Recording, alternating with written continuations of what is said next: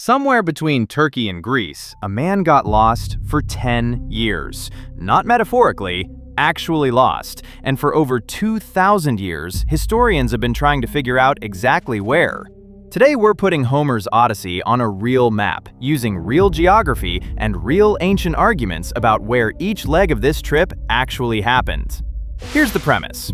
After the Trojan War ends, the Greek hero Odysseus tries to sail home to the island of Ithaca. It should take a few weeks. It takes 10 years. Storms, monsters, a witch, a Cyclops, the underworld itself. Homer wrote it down around the 8th century BC as poetry, not a nautical chart. But ancient Greeks and Romans didn't read it as fantasy. They treated it like a real itinerary, and they spent centuries arguing about which real island was which.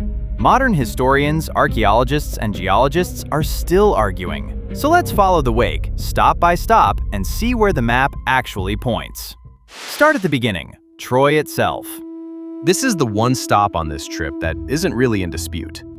In 1870, the excavator Heinrich Schliemann dug into a mound called Hisarlik in northwest Turkey, near the mouth of the Dardanelles Strait, and found a city, built and destroyed and rebuilt at least 9 times.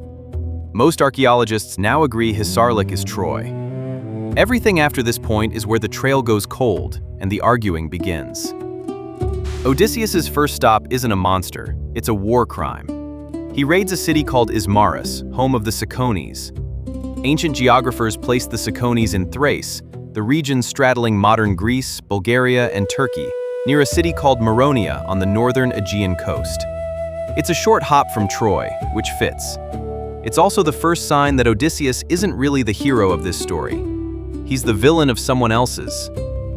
A storm rounds Cape Malea, the southern tip of Greece, and instead of turning north for home, it drives the fleet clean across the Mediterranean to North Africa. Odysseus lands among the lotus eaters, people who eat a fruit that erases any wish to leave. The ancient historian Herodotus, writing centuries later, pointed to the island of Jerba off the coast of modern Tunisia, still known for a native plant, the jujube, sweet enough that later writers connected it to Homer's lotus. Next, Sicily, or at least that's where the Greeks themselves usually put it. Odysseus and his crew get trapped in the cave of Polyphemus, a one-eyed giant, son of the sea god Poseidon. They escape by blinding him, a decision that costs Odysseus the other 9 years of this trip, because Poseidon never forgives him.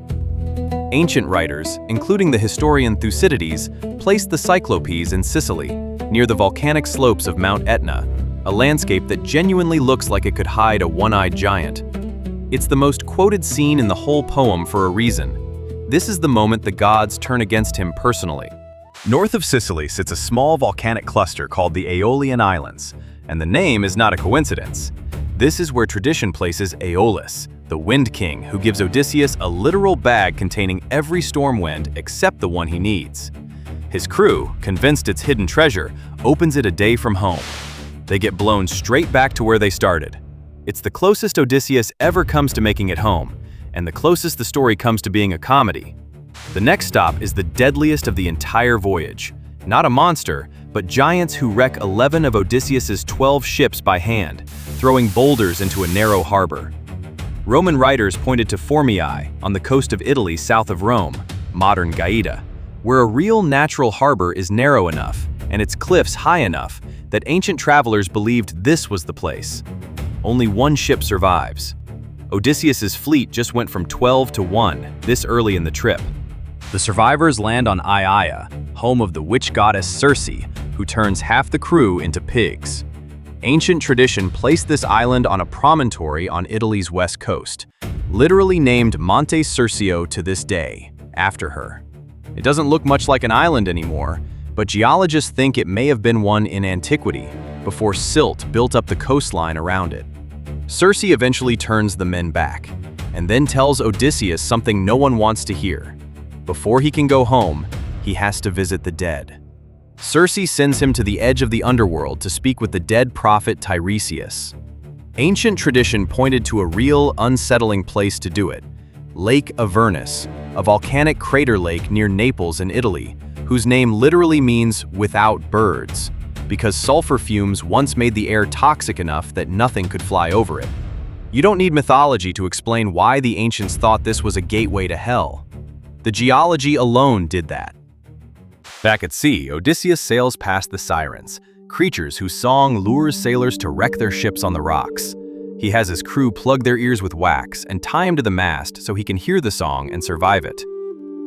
Ancient and later tradition points to a tiny cluster of islets off the Amalfi coast of Italy, near Sorrento, still called Ligali, the Sirens Islands on some old maps.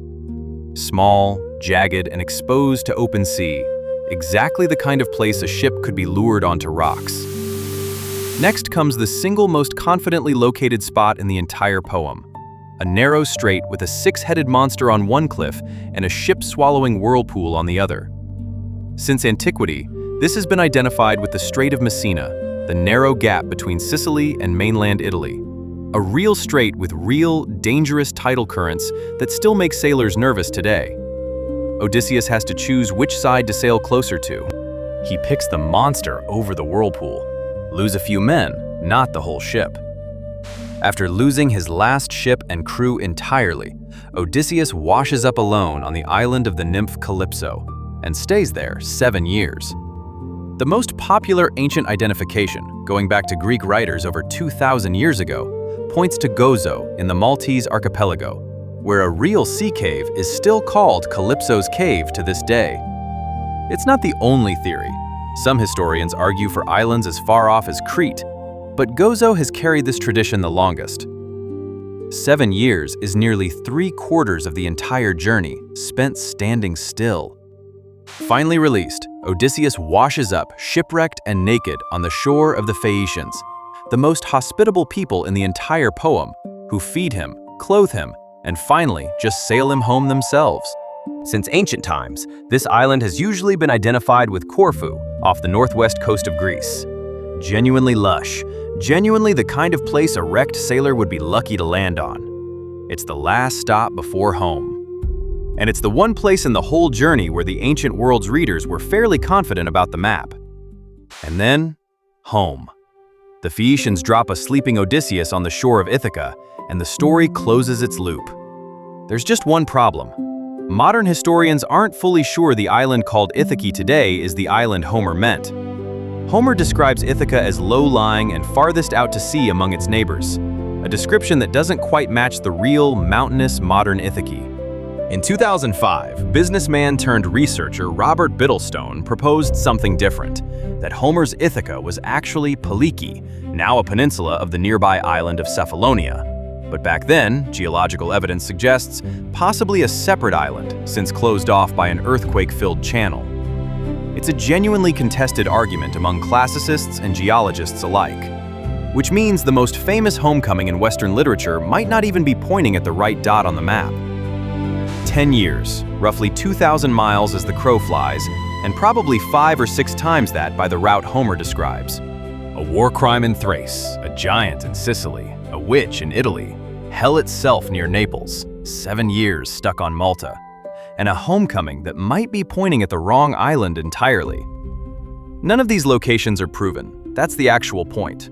For 2,500 years, people have cared enough about this story to go looking for the real coastline behind it.